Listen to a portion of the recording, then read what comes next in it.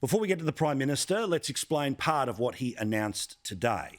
Put simply, at the heart of things, he is essentially suggesting that exactly the same policy that was taken at the last election will be taken to the next election when it comes to the next 9 years. That's what Paris was about. That's what was negotiated by Tony Abbott, was ratified by Malcolm Turnbull, and was endorsed at the 2019 election.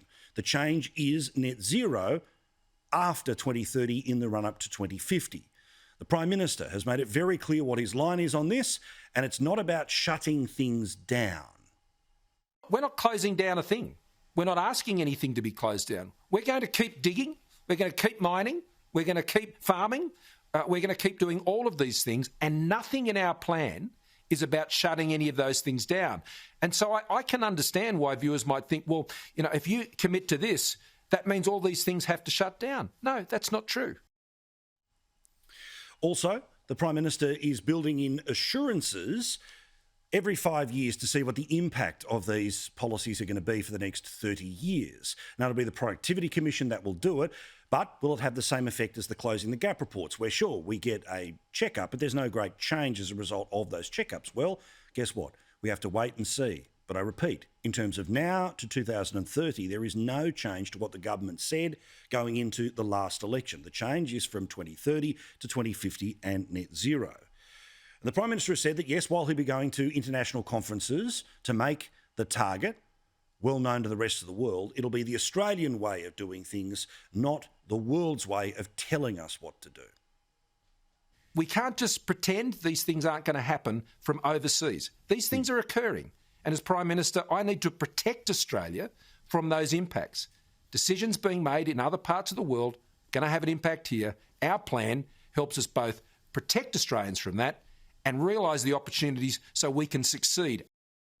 Now, the immediate take from the Canberra Press Gallery is exactly what I have been telling you, which is there's no change between now and 2030. That's what the activists want. Instead, it's lightweight and deliberately so because, of course, the technologies have not been invented that get us to net zero.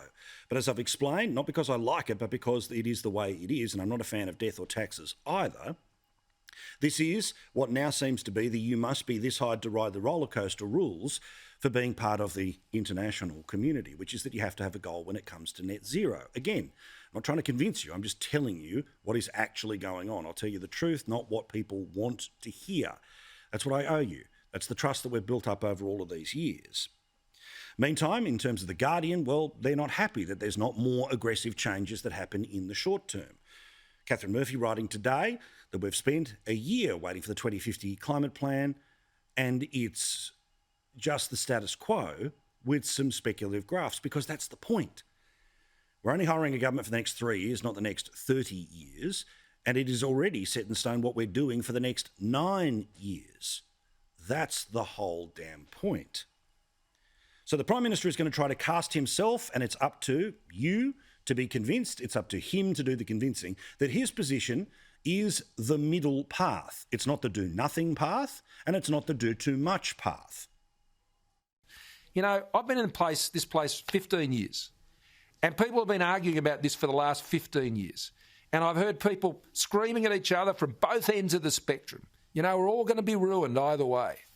And, I think most Australians just want to deal with this, to deal with it in a no-fuss way, to not shut things down and take people's jobs away from them. They understand the world's a complex place and things are changing around the world.